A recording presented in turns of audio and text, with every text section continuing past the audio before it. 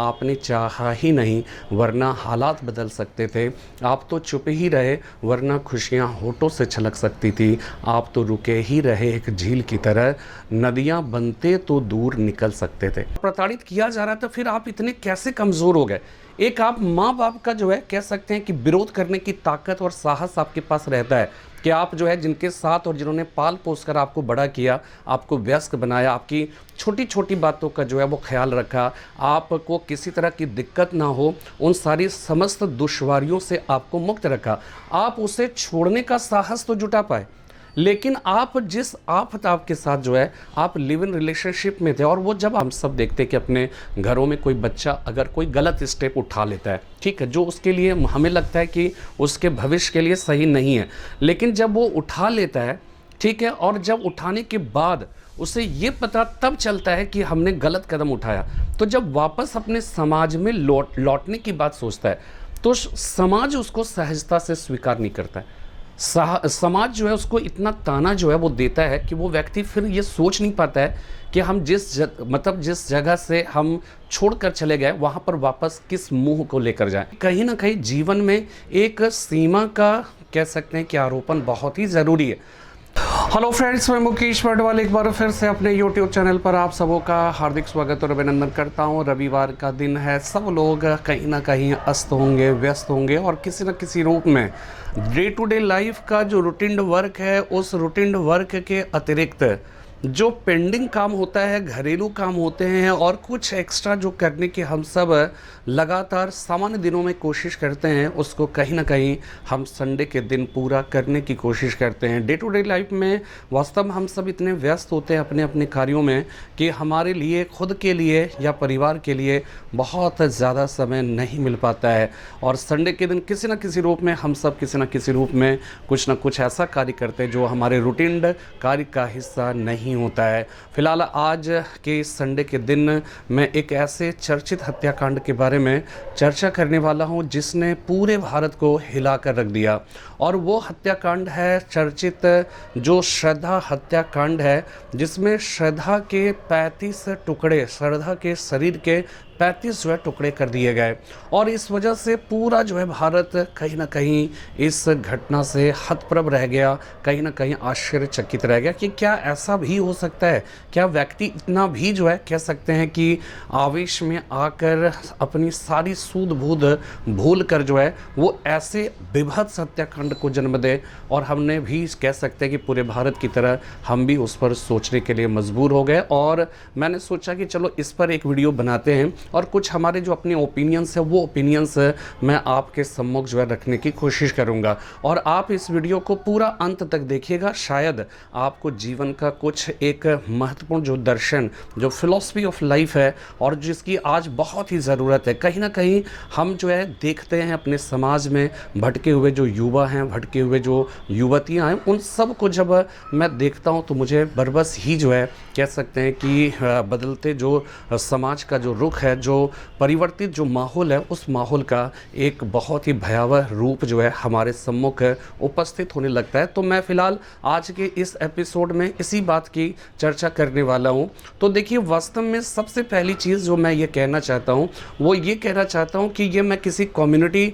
का जो कोई टारगेट है या इस तरह की चीज़ें, ये मैं फ़िलहाल इसके बारे में बात नहीं कर रहा हूँ। मैं बात ये कर रहा हूँ कि समाज किस दिशा में, किस दशा में आगे बढ़ रहा है। बदलती जो परिस्थितियाँ हैं, उन परिस्थितियों में कहीं ना कहीं हम जो है हम अपने समाज को कह सकते हैं कि जो एक सही दिशा जो हमें देने की आवश्यकता है वो कहीं ना कहीं हम सब मिस कर रहे हैं। और शायद इस एपिसोड में मैं इसी बात की जो है कोशिश करूँगा आपको बतलाने की कि जो बदलती हुई परिस्थितियाँ, और बदलती हुई परिस्थितियों का मैं सबसे बड़ा जो कारण मानता हूँ, वो कारण ये मानता हूँ कि आज इंटरनेट जो है वो क्या है कि सबके मतलब कह सकते हैं सबके मतलब उसके रीच में पहुंच चुका है, और उसको कोई भी इग्नोर नहीं कर सकता है, कि कोई भी अवॉइड नहीं कर सकता है। और ऐसी स्थिति में क्या होता है कि हम कहीं ना कहीं अपने मन और मस्तिष्क में पहला जो एक कह सकते हैं कि एक सीमा रेखा का जो एक आरोपण होता था, उस सीमा को हम कहीं ना कहीं जो है वो पार कर चुके हैं। और सीमा रेखा का पार करने का मतलब ही होता है कि समस्याओं को जन्म देना। तो जाहिर सी बात है कि ये जो एपिसोड है आफताब और श्रद्धा श्रद्धा का उस एपिसोड में कहीं न कहीं अपने समाज की जो दहलीज़ है, उस दहलीज़ को हमने क्रॉस किया था। अगर आप समाज के बारे में बात करेंगे तो बहुत ही जो पढ़े लिखे, जो प्रबुद्ध वर्ग के लोग जो अपने आप को मानते हैं, वो कहेंगे कि बहुत ही दकियानूसी विचार का। लेकिन हमें जहाँ तक कह सकते हैं कि अब तक का हमारा जो अपना अनुभव है, उस अनुभव के आधार पर मैं ये समझ पाता हूँ कि कहीं न कहीं जीवन में एक सीमा का कह सकते हैं कि आरोपण बहुत ही ज़रूरी है। सीता माँ के जो है छोड़कर जब राम को खोजने के लिए लक्ष्मण जी जा रहे थे, तो उन्होंने क्या किया था, एक सीमा रेखा मतलब जो है रखा था ना, जिसको लक्ष्मण रेखा हम लोग सामान्य तौर पे कहते हैं। उस लक्ष्मण रेखा को क्रॉस करने के बाद ही तो इतनी बड़ी समस्या आई थी ना, इतना बड़ा जो है वो क्या है कि एक प्रकार से प्रसंग जो है वो क्या है कि उत्पन्न होता है। तो ये एक मैसेज है इस बात का समाज को जो है कि हम कहीं ना कहीं एक सीमा रेखा से बंधे होते हैं। उस सीमा रेखा का अतिक्रमण जब हम करते हैं तो कहीं ना कहीं क्या होता है, समस्याओं का वहीं से जन्म जो है वो प्रारंभ हो जाता है। तो हमें लगता है कि इंटरनेट की जो दुनिया है, उस दुनिया ने हम सबको उस सीमा से परे कर दिया है, और उस स्थिति में कोई भी अगर सीमा की बात करता है तो कहीं ना कहीं जो है उससे दकियानूसी विचार का माना जाता है। श्रद्धा के माता पिता ने उनको ये समझाया था कि आप जो है वो कहीं ना कहीं आप अपनी सीमा रेखा को क्रॉस कर रहे हैं। लेकिन श्रद्धा ने क्या किया, उन्होंने अपनी माँ बाप से यही कहा कि आपको फ़िलहाल जो कुछ भी मानना है वो आप जो है वो क्या है कि मानते रहिए, लेकिन मैं अब युवा हो चुकी हूँ, मैं 25 वर्ष की हूँ और मैं अपना डिसीजन खुद ले सकती हूँ। तो वहाँ पर जो है सबसे पहली जो है मुझे लगता है कि जिस माँ बाप ने हमें पाल पोस कर बड़ा किया, समाज जो कहता है, बहुत सारे प्रगतिशील जो तथाकथित प्रगतिशील जो लोग हैं वो लोग यही कहते हैं कि नहीं, कोई नहीं, 25 साल आप वयस्क हो गए तो अपने हिसाब से जीवन यापन करने का अधिकार है। अरे वयस्क हो गए, लेकिन ऐसा थोड़ी है कि वयस्क हो जाने का मतलब है कि हम कोई गलती नहीं करेंगे, और वयस्क हो जाने का मतलब ये है कि माता पिता अगर हमें कोई डायरेक्शन देते हैं, हमें कुछ अगर अच्छी बात बताते हैं, हम उसे मानने के लिए तैयार ही ना हो, ये तो कह सकते हैं कि ये स्वतंत्रता नहीं, ये तो स्वच्छंदता हो गई। ठीक है, पहली चीज़। दूसरी इंपॉर्टेंट चीज़ कि अगर वो श्रद्धा ने अपने माता पिता की बात को नहीं माना, तो फिर जब वो कह सकते हैं कि आफताब के साथ जो है लिव इन रिलेशनशिप में रह रही थी, और ये जो प्रताड़ना थी, ठीक है ना, ये प्रताड़ना आप समझिए कि ये एक दो बार की तो बात नहीं हुई होगी ना, ये तो पिछले कई महीनों से उसे प्रताड़ित किया जा रहा था, और प्रताड़ित किया जा रहा था। फिर आप इतने कैसे कमज़ोर हो गए? एक आप माँ बाप का जो है कह सकते हैं कि विरोध करने की ताकत और साहस आपके पास रहता है कि आप जो है जिनके साथ और जिन्होंने पाल पोस कर आपको बड़ा किया, आपको वयस्क बनाया, आपकी छोटी छोटी बातों का जो है वो ख्याल रखा, आपको किसी तरह की दिक्कत ना हो, उन सारी समस्त दुश्वारियों से आपको मुक्त रखा, आप उसे छोड़ने का साहस तो जुटा पाए। लेकिन आप जिस आफताब के साथ जो है आप लिव इन रिलेशनशिप में थे, और वो जब आपको प्रताड़ित कर रहा था, तो आप उसका विरोध नहीं कर पाए।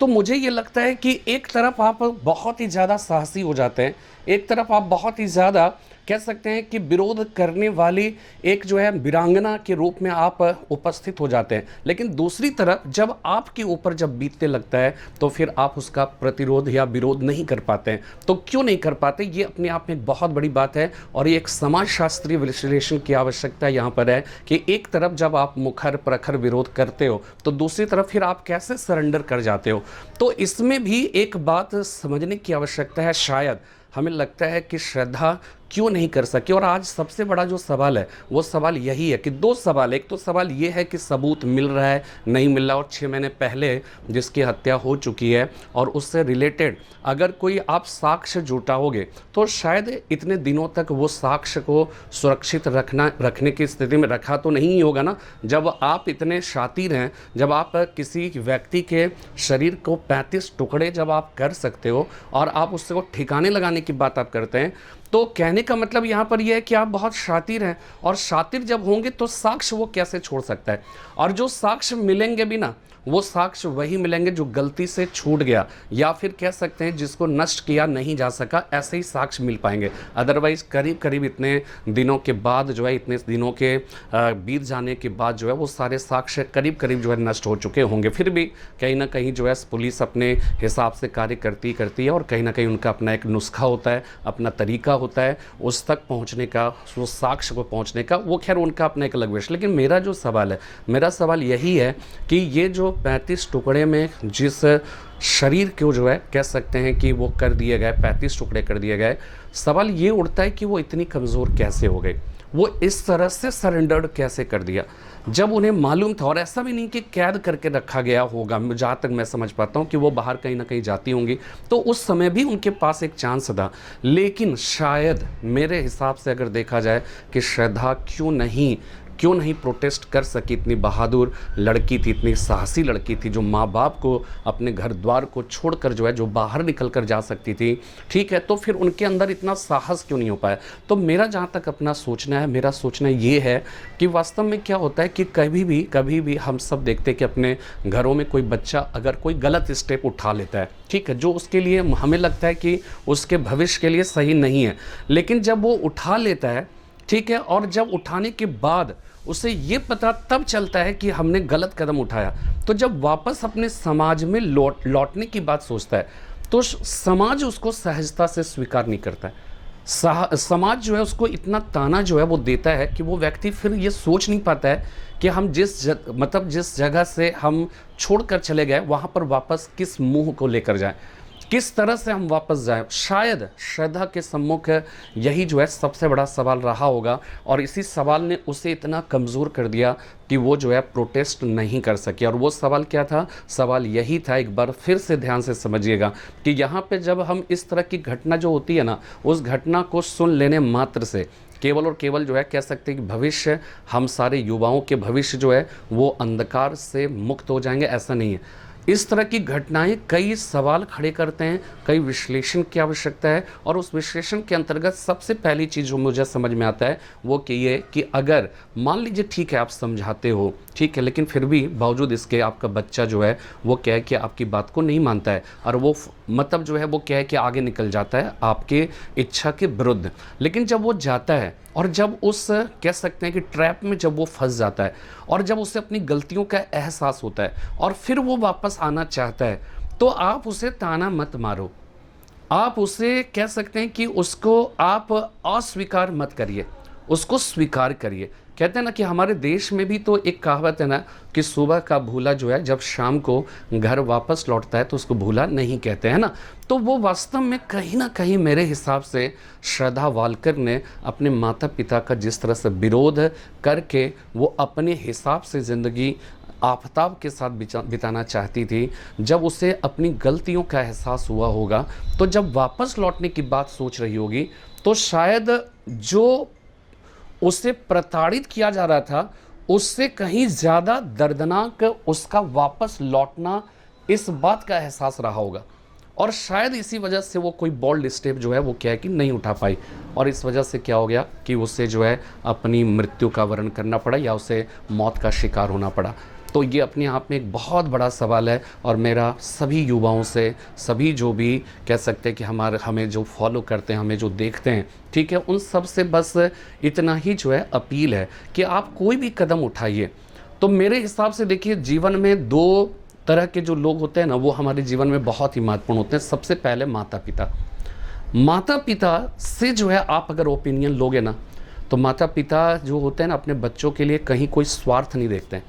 वो केवल और केवल उसके हित ही देखते हैं, उसकी अच्छाई ही देखते हैं। इसलिए माता पिता का जो सुझाव है, उस सुझाव को आपको थोड़ा सा जो है मतलब एक ठंडे दिमाग से आपको उस पर विचार करना है, पहली चीज़। दूसरी चीज़ कि जो टीचर्स होते हैं ना, जो आपके मार्गदर्शक होते हैं, जो कहीं ना कहीं आपके जीवन में एक बहुत ही इंपॉर्टेंट रोल अदा करते हैं, उनकी बात को जो है अब दूसरे स्थान पे मैं थोड़ा सा ये सोचता हूँ कि टीचर भी स्वार्थी हो सकता है, लेकिन माँ बाप स्वार्थी नहीं होते हैं। तो माँ बाप का जो सजेशन है, जो सुझाव है, उस सुझाव को, या फिर आपको लगता है कि आपका जो स्टेप है वो सही है और माता पिता जो है वो क्या है कि समझ नहीं पा रहे, तो आप उनको समझाने की कोशिश करिए, उनको बताइए कि आपका ये जो फ्यूचर है वो किस तरह से सुरक्षित है ना। तो ये सारी चीज़ चीज़ें जो है आपको क्या है कि थोड़ा-सा जब आप इतना बड़ा स्टेप उठाते हो ना, तो थोड़ा-सा जो डिस्कशंस होते हैं, जो एनालिसिस होते हैं, जो विश्लेषण होते हैं, जो आपके प्रोस एंड कॉन्स होते हैं, उन सब पर विचार करना बहुत ही ज़रूरी हो जाता है। लेकिन बहुत सारे लोग ये भी कहेंगे कि सर प्यार की जहाँ बात होती है, जहाँ पर जब कहते हैं ना कि जब प्यार के जो मोह में और पाश में जब व्यक्ति बंधा होता है, तो उसके वो तो दिल की ही बात सोचता है ना, दिमाग के तो उसका कार्य करना बंद कर देता है। लेकिन मेरा जो अपना सोचना है कि वो यही कि ठीक है, सब कुछ मैं समझता हूँ, मैं आप ऐसा मत समझिएगा कि जो प्यार की जो भावनाएं होती है, उन भावनाओं को हम सब नहीं समझते, हम लोग बहुत अच्छी तरह से समझते हैं। लेकिन फिर भी आज का जो वक्त है ना, उस वक्त में जो इस तरह का इमोशनली हम सब इतने कमज़ोर हो जाते हैं कि हम सब ऐसा भी जो है स्टेप उठा लेते हैं जो हमारे ही जीवन के लिए जो है नुकसानदायक, और नुकसानदायक चलिए भविष्य अंधकार में है तो चलिए कोई बात नहीं, लेकिन जब हम मौत का शिकार होने लगते हैं तो वहाँ पर बहुत ही ज़्यादा खलने लगता है। ठीक है, तो यहाँ पर आपको क्या करना है कि थोड़ा सा दिमाग से और दिल दोनों का एक प्रॉपर कॉम्बिनेशन बनाकर चलना है। और आप समझ जाइए GS 4th पेपर है IAS में, जो इथिक्स है ना, उस इथिक्स में एक बहुत ही बेहतरीन चैप्टर है, वो है इमोशनल इंटेलिजेंसिया। और वो कह सकते हैं कि उसको भावनात्मक, जो कहते हैं संवेगात्मक बुद्धि जो है, इमोशनल इंटेलिजेंसिया, इसका मतलब ये होता है कि जैसे इसको आम बोलचाल की भाषा में बात करें तो जैसे दिल और दिमाग का जो कॉम्बिनेशन है उसका होना बहुत ज़रूरी है। आप बहुत निष्ठुर भी मत होइए, है ना, बहुत ही क्रूएल भी मत बनिए। दिल में अगर इंसान है तो दिल का धड़कना और सकारात्मक दिशा में धड़कना, उसका भावुक होना, उसका जो है कह सकते हैं लोगों की दुर्दशा को देखकर वो कह सकते हैं कि कहीं तेज़ धड़कनों से धड़कने लगना, ये सारी चीज़ें हैं, ये सब होते रहना चाहिए। ये अगर नहीं होगा तो फिर दिल की बात फिर बेकार हो जाएगी। केवल दिल जो है वो क्या है कि एकदम कह सकते हैं उसमें दयालुता कूट कर भरी होनी चाहिए, इंसानियत भरी होनी चाहिए, लोगों के दर्द को देखकर परेशान होने लगे आप, है ना, ये सारी चीज़ें अपनी जगह पे। लेकिन थोड़ा सा कहीं ना कहीं जो है आपको अपनी इंटेलिजेंसिया जो है, अपनी जो बुद्धि है, जो आपका दिमाग है, उसको भी एक्टिव मोड में रखना है। अगर आप इस दोनों का कॉम्बिनेशन अगर आपने प्रॉपर वे में बिठा लिया, यानी कि केवल दिमाग की भी बात नहीं करनी है और केवल दिल की भी बात नहीं करनी है, दिल और दिमाग दोनों का अगर आप कॉम्बिनेशन जो है वो क्या है कि एक बेहतर तरीके से बिठा पाते हो, उसमें एक बेहतर समन्वय की स्थापना कर पाते हैं, तो आप निश्चित रूप से जो है कहीं ना कहीं आप अपनी जो भविष्य है उस भविष्य को बेहतर बना सकते हैं। तो मैं अपने समस्त जो है, जो भी हमारे दर्शक है, जो व्यूअर्स हैं, जो हमें प्यार करते हैं, जो हमें देखते हैं, अगर आपको कहीं ना कहीं, अगर आपके जीवन में कहीं ना कहीं किसी न किसी रूप में इस तरह की चीज़ें आती होंगी जहाँ पर दिमाग पर दिल हावी होने लगता है, तो वहाँ पर क्या करिए कि दिल और दिमाग का एक बेहतर संतुलन बनाने की कोशिश करिए। और आप ये नहीं कह सकते हो कि सर कि जो है ये बहुत मुश्किल है, मुश्किल कुछ भी नहीं है, आपको कोशिश करनी होगी, है ना। नहीं कोशिश कर पाएंगे, अगर उस पर